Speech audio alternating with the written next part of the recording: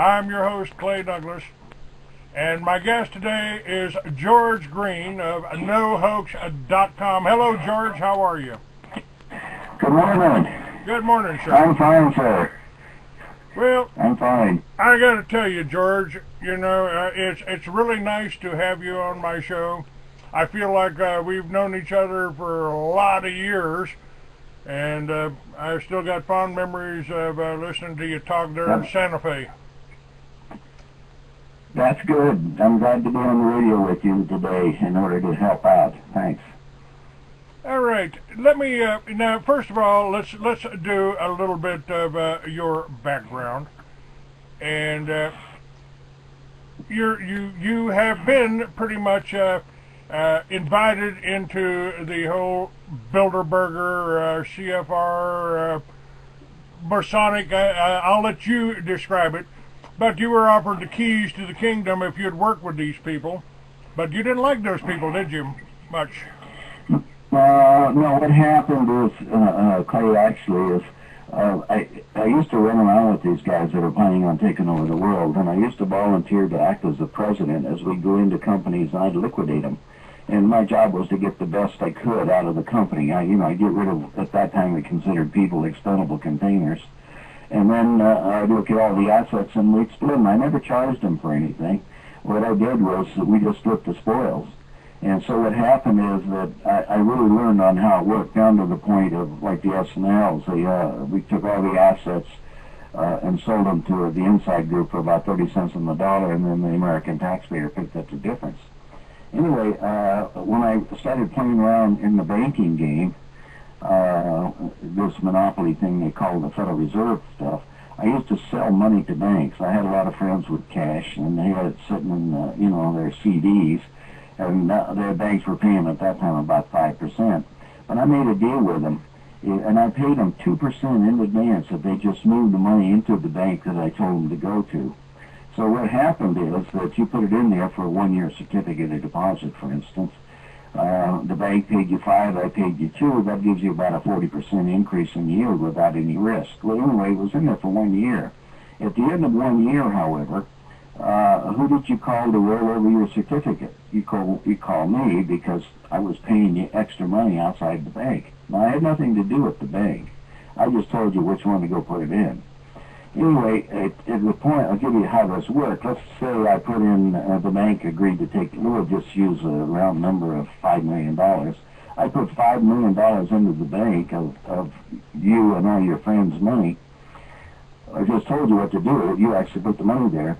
Anyway, the bank at that time was allowed to write out or loan out 10 times the face amount. So they could loan out $50 million.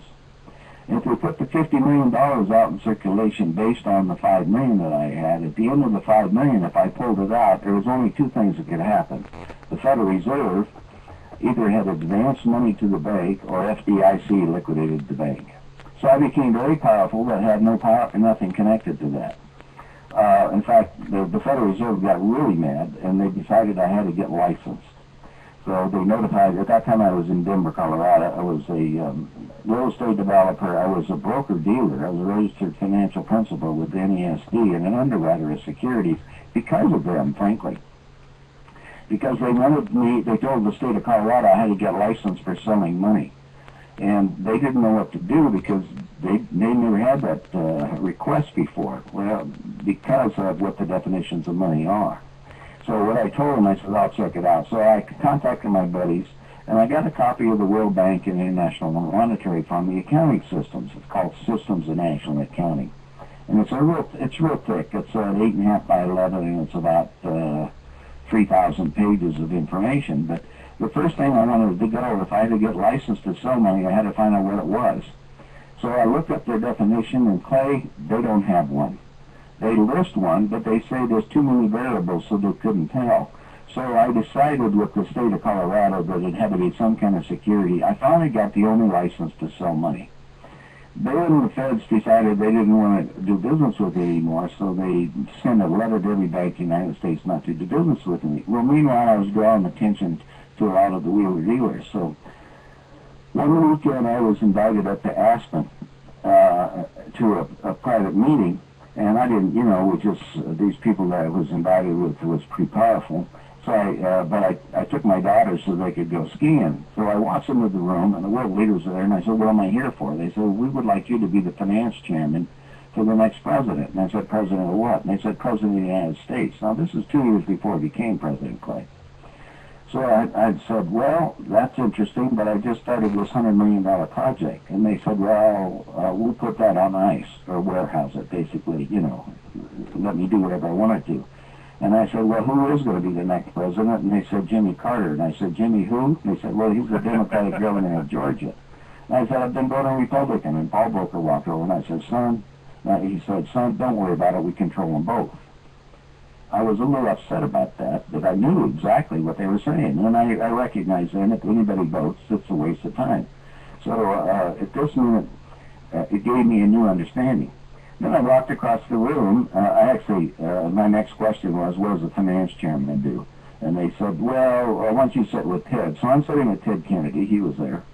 And Ted says, George, you love this job. We're going to send you out to all the state Democratic functions. You're going to raise a lot of money for the Democratic Party. And he says, you're really good with money. And you're going to meet some real foxy ladies. And something happened at that point. My daughter, who was up skiing, just walked in. And Ted looked at her and he goes, wow. I have to go to bed with that. And I said, no, you don't, Ted. That's my daughter, and she's 14. And he said, I don't care. I was livid. I got up and I walked across the room just to get my head leveled. And so I'm talking to this other couple by the name of Pierre Trudeau and his wife. And Pierre, we started chatting and I'm looking back at Ted. Now, there was, we're leaders in the room, so I'm just trying to maintain myself. Then I'm looking down in front of them, and there's a little half cigar box full of white powder. Something at that point, Clay, told me that there's something wrong with this picture. And I'm looking around. I mean, if the world leaders have to resort to this, I don't know if I want to be part of that. It was okay playing the game before. It was kind of the attitude that you get. If you're not smart enough to get up to where I was, you deserve what you're going to get. And that's the way these people think. We're just people. They're just expendables. And during the next little bit, I said, basically, I said, look, I got to think about this. I'll let you know on Monday. Friday was the meeting, so I spent the weekend with these people. And I got laid out a lot of the information that was coming out. And some of the details were so astounding. It was called the Plan 2000, and Jimmy Carter actually put it in writing. Now, Kissinger said, look, what's the number one problem on the planet? Clay, you could probably answer that one. Population. Population.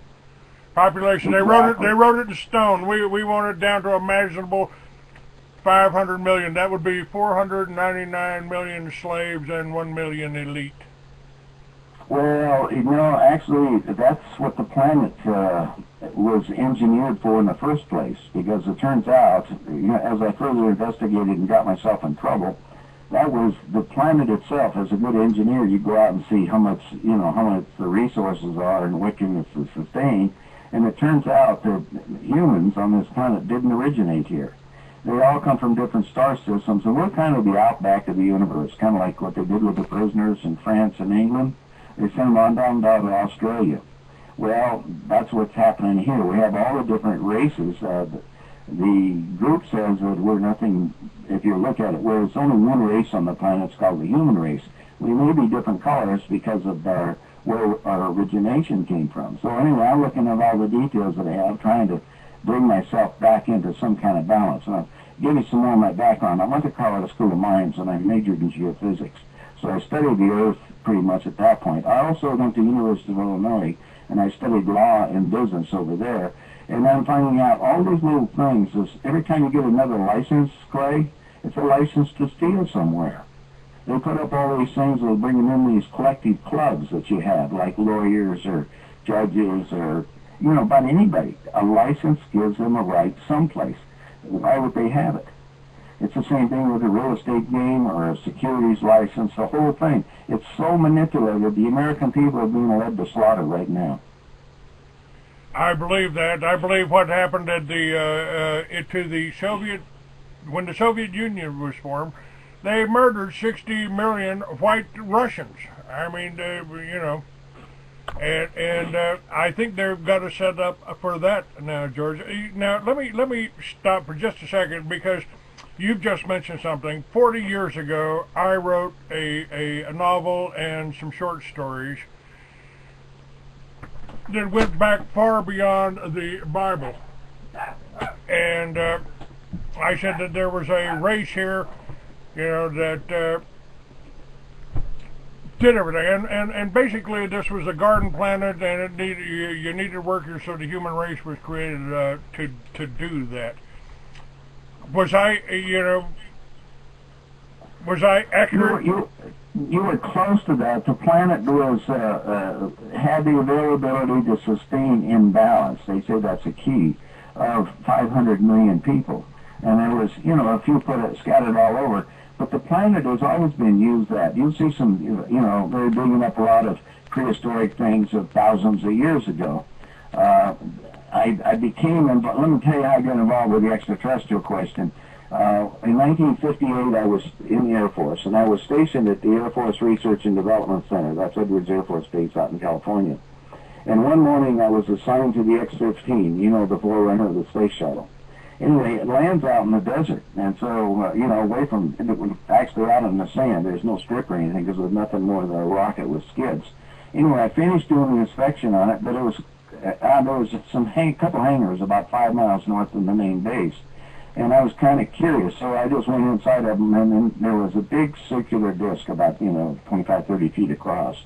It was silver in color, but it was totally round, and it was totally, kind of a disc. So I was kind of taken back on the thing, but I've been working on some real strange, secret things that we had. So I come back and asked my commander about it, and he said it was an ion-powered, ion-powered craft designed by Sikorsky for use in outer space. And I said, when can I work on the thing? Because it was, one of these things I thought, well, I was in electronics end of the world, the systems that they had. Anyway, he says, you can't, it's still a civilian project. So, I didn't say anything, but I come back in my room, and my buddy happened to be the base photographer. I said, get me some pictures of the round disc. And so he said, what did they tell you? And I gave him a story, and he says, no, that's not true. So he took me over, and he showed me pictures of the spacecraft. Now, I'm 10 feet away from it, so that's okay. But the two dead aliens got my attention. They were similar to the ones that you see on the Roswell, New Mexico type thing, the small grays. So now I'm really upset because I was cleared for top secret. Why did my CO lie to me? So I went down and asked him, and he said, the first thing he did, he sat me down, and we, about 30 minutes, went over the implications of my top secret clearance. Then we joked about part of it because really at that time it was a $10,000 fine. Well, my family had money, so I wouldn't worry about that. But the jail time kind of bothered me, Clay. I can believe that. I said, I'm not going to do anything more about that. And he said, next weekend on Forces Day, we're going to open up the base. And he says, that craft will be away from everybody, but if anybody would happen to see it, I'm going to put you on duty. And at that time, there wasn't anybody on that base. There was like 800 airmen, and it was like... Now, which base was this again, George? Edwards Air Force Base. Okay, all right.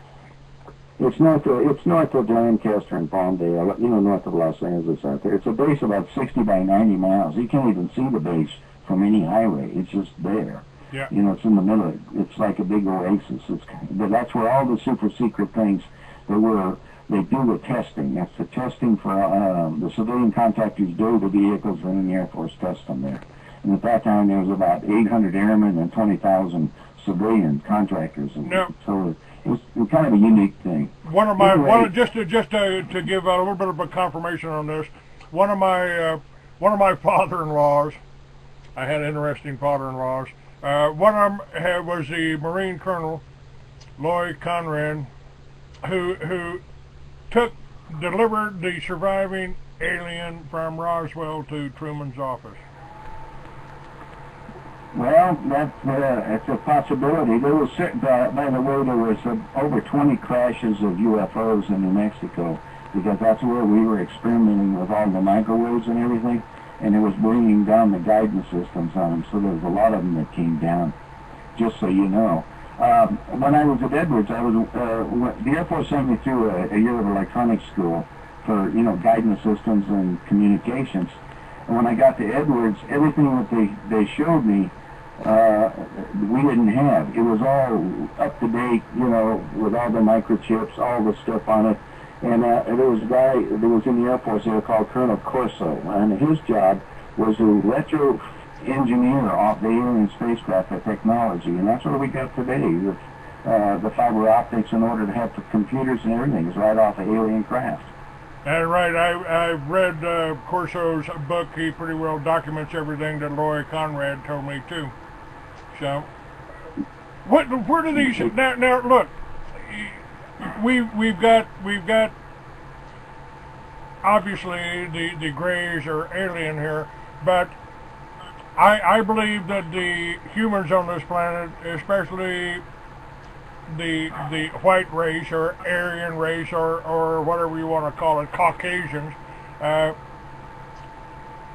were engineered, and somehow or possibly we you know, we're the children of the people that came here from other galaxies.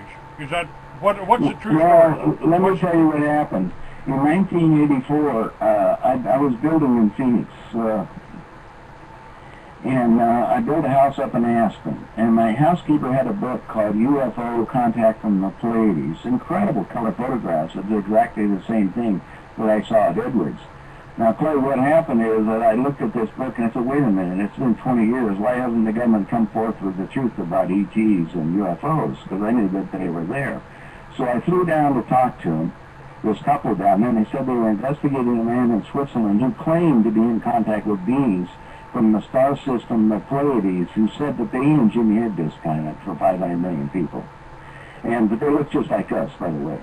I said, well, I don't know about your story. They gave me a lot of details. And I said, but I do know those pictures are real. So I entered into a financial arrangement where I loaned the money to publish more editions of the book, with the premise that after 90 days or so after they published the book and they got their money back, I wanted my money back, and I'm going back, because I'm building, you know, I build shopping centers, office buildings, build a motel down in Phoenix, a couple of restaurants, that kind of stuff. So what happened is, after the 90-day period, they sent me the accounting, but no check. They said, George, we found out who you are, you don't need the money. Now, I was really mad, but during that 90-day period, I was enthralled with the details of the information that the ex-officials had given, because they opened up a Pandora's box, because I've been kind of like you are, checking out some of this stuff. So, because of what they told me, and they weren't going to pay me, I filed suit against them, but I grabbed the next plane and I flew off to Zurich, Switzerland to find out for myself.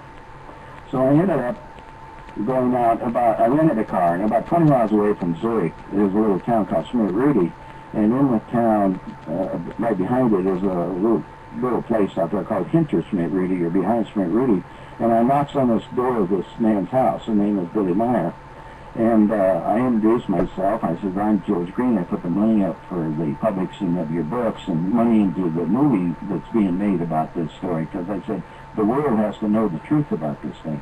And you know, the lady's name was Julie, and she said, we're not talking about Americans, are all crooks.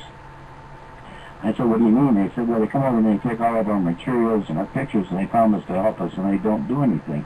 And I said, look, this is so important. I need to help get the world out. And I said, the buck stops. I don't have to go anyplace for money. I got it. I'll help you guys. But I got a couple questions I got to ask. So I said, you go back and tell Belly who I am. She come back 10 minutes later and says, Mr. Green, I'm sorry.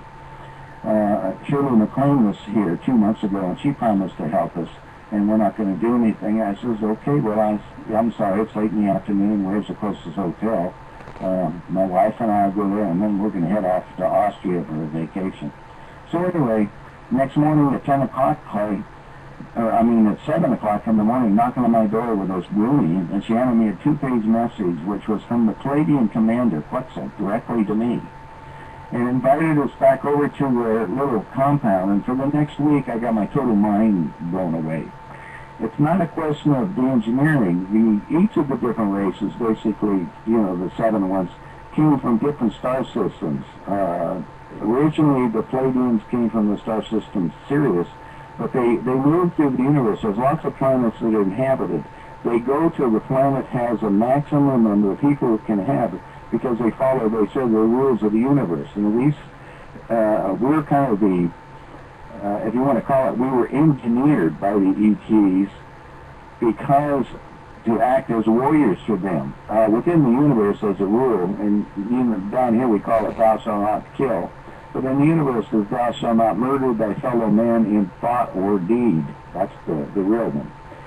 Well, what happened is, if they were in some parts of the universe, there's some bad guys out there also, so they started coming and attacking them. So they had to put up some defense themselves. If they didn't defend themselves, that was suicide or self-murder, and that's also against the rule. So their solution was to look around for less evolved, around the evolutionary plane, people, and they re-engineer them. So you're close to that. In other words, change their DNA, give them limited life, and gave them intelligence so they'd act as warriors. It's within our DNA. So you look around the planet, the first thing we do is fight. That's just what it amounts to. It's part of the DNA programming. So that, and now you're acting, the whole place from the ETs, that each of the different races would intermix and they would breed out. And occasionally they have come down and mated. Even in the book of Genesis, it talks about the quote, gods coming down and mating with women. That was to reintroduce the DNA to bring back the peaceful part of the thing. How there's a lot of other stuff that's involved in that, and I got thousands of pages of information. George, you know, what I've always told people, I said, you know, the problem that we're faced with is how do you fight evil without becoming evil? And to me, that's what's happened to the Jews who persecute the Palestinians worse than they were persecuted by the Russians to drive them into Palestine. But it's a divide and conquer strategy. Don't they want us fighting with each other? The Illuminati have had this plan from Pike's day that we were going to have a war with the Muslims, and the plan behind that is to lower the population. We're also being poisoned. We've got they're manipulating the food supply. They're poisoning the water, and this is really culling the herd, isn't it? Clay, that's exactly right. I sat in on the meetings, the Plan 2000, which Jimmy Carter got a writing. My website, I have a summary of it and some of the people. And my website's nohoax.com, nohoax.com. And on the website, you can read some of the summary lists and names. They even have built a monument in Georgia called the Georgia Guidestone in 8 languages. You can dig that up on the internet, too, and look at it. And it gives you their goals. Now, what way to look at, when I sat in on the meetings, it says anybody over age 44 will be eliminated, quote, by all means necessary. Now, Clay, I sat in a meeting with a dozen people, and we're discussing on how to reduce the population. The first thing we were talking about to get rid of the major cities was to use neutron bombs. That'll keep the buildings intact and radiation goes away in a few days. And then we have all the rest of it. And they also discussed that biologicals are much cheaper. When I come down to the final end of it, we spent half a day talking about the different techniques. They asked me, you probably know this, to build an enemy prisoner war camp in downtown Las Vegas. I have a copy of the contract. I put it in one of my books, and I gave a copy of that to Ted Gunderson. And he came back and he said they're building them all over the country. They call it the FEMA camps. And as you're probably aware of this last week, they're asking for people to volunteer to man the camps right now. Yes. And, you know, that was we paid, and I talked about this 10 years ago with, you know, the Halliburton been paid, what, $350 million? Maybe it was only 8 years ago. It's coming down pretty quick. The game was to get the war started in the Middle East to follow the biblical prophecies. Now, the Bible means group of books. And they put that together, and they've rechanged them so many times. I mean, calling back into a live show. We're reconnecting you now. We got booted here somewhere off of. This happens when we we're get off to now. sensitive. We're reconnected. It said. Yeah, so we're back. We're back. But anyway, the Bible means group of books, and there's over 200 versions of the King James Bible, and the King James is a real weirdo. When he had Francis Bacon and 50 guys create his version, they took him 2.5 years to make his version. So you can imagine people are saying, well, this is the word of it. It's man's manipulation game so they don't come out of understand who and what we really are.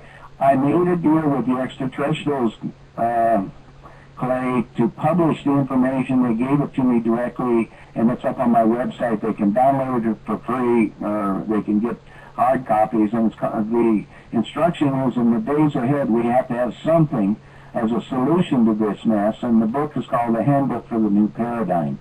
Now they can get it anywhere. They can go up on Amazon. They can get it any place, or or get to my office. They get copies of it. But it's unusual because it's basically rethinking the ending of the story, because I frankly don't know how we're going to stop this thing. I mean, I've been out spending my money trying to get people educated. I have a lot of so-called political friends. In politics, you remember the word politics is two words. Poly means many, and fix are bloodsuckers. So, I went through a presidential campaign, George. I thought we had an answer here. I thought Charles Collins was talking about the Federal Reserve, was telling people that we could buy back the Federal Reserve, and he was, a Rhodes Scholar. I believe you met him. And but I did. I met him. Well, I even went around with Bo Grice when he was running. Remember that? I was trying to help him get out there. So there's a lot of them we get involved with because we think we have a way to do it. And even the same thing with Ron Paul. It's not the question is not a question of him going out there, but auditing the Federal Reserve. What does that do? The Federal Reserve controls the Mickey Mouse game until the people understand that this is just monopoly money. There's absolutely nothing behind it except for debt. The answers to this is, this is what I've been looking at. The thing I came up with was basically do what the Bible said, to come out of it, take a step back, to go back to self-sufficient villages where you grow your own food and generate your own electricity. What do you need the wires for when you got the sun and the wind right there at your fingertips? And there's also magnetics. There's also magnetics, isn't there? And that's withheld from that's part of national security. You can't know that you can build a motor you can put in your garage that'll run forever and generate all the electricity you need. Clay, I'm only a few blocks away from John Bedini. And Bedini, of course, is the father of all that, and he's got hundreds of motors like that. And we were just talking the other day, because once a year, up until this year, they've had a big seminar, and people come in from all over the world to look at the big motors running and all the things like it. But the trouble is that the systems it's basically when you're running the magnetic motors, it's all on DC, that you can convert them and you can do things with them. But there's other energies that are a lot free or a lot cheaper, and you don't have any wear out and that type of thing. But you're right. What the ETs are telling me is get together with other people of like minds to support each other in the days ahead. For a while, they are monitoring everything going on, and they say that there's no way out of it at this time. And they're sorry, and they say mankind, part of the universe is learning from the mistakes that we've had. Well, we haven't had any solutions. Always looking for somebody to come save us, or put on the victim type thing. Well, somebody died to save me already. No, this was a do-it-yourself project, Clay. You're going to be doing it. I'm going to be doing it. It's what I've been saying all along. I mean, they have come after me, George. I mean, they've tried to kill me. They've kept me in the hospital. They've kept me drugged for 3 months. And, they still haven't been able to silence me. I mean, I just put out an email that I was invited to speak at an event here, but I couldn't talk about this, or I couldn't talk about that, or I couldn't use a word, Jew. Wait a minute, they call themselves Jews. Since when is calling a Jew a hate crime? Why does that make me a racist? But that's what they've tried to do, is to demonize. They even did that with Charles Collins, trying to demonize him. But they also went to the extent that every time he got up to speak about the Federal Reserve, the cameraman pointed their cameras at the ground, took a smoke break, and came back to get pictures of Bob Dole. I know, but that's part of the game. In fact, one of the games right now is what is a Jew?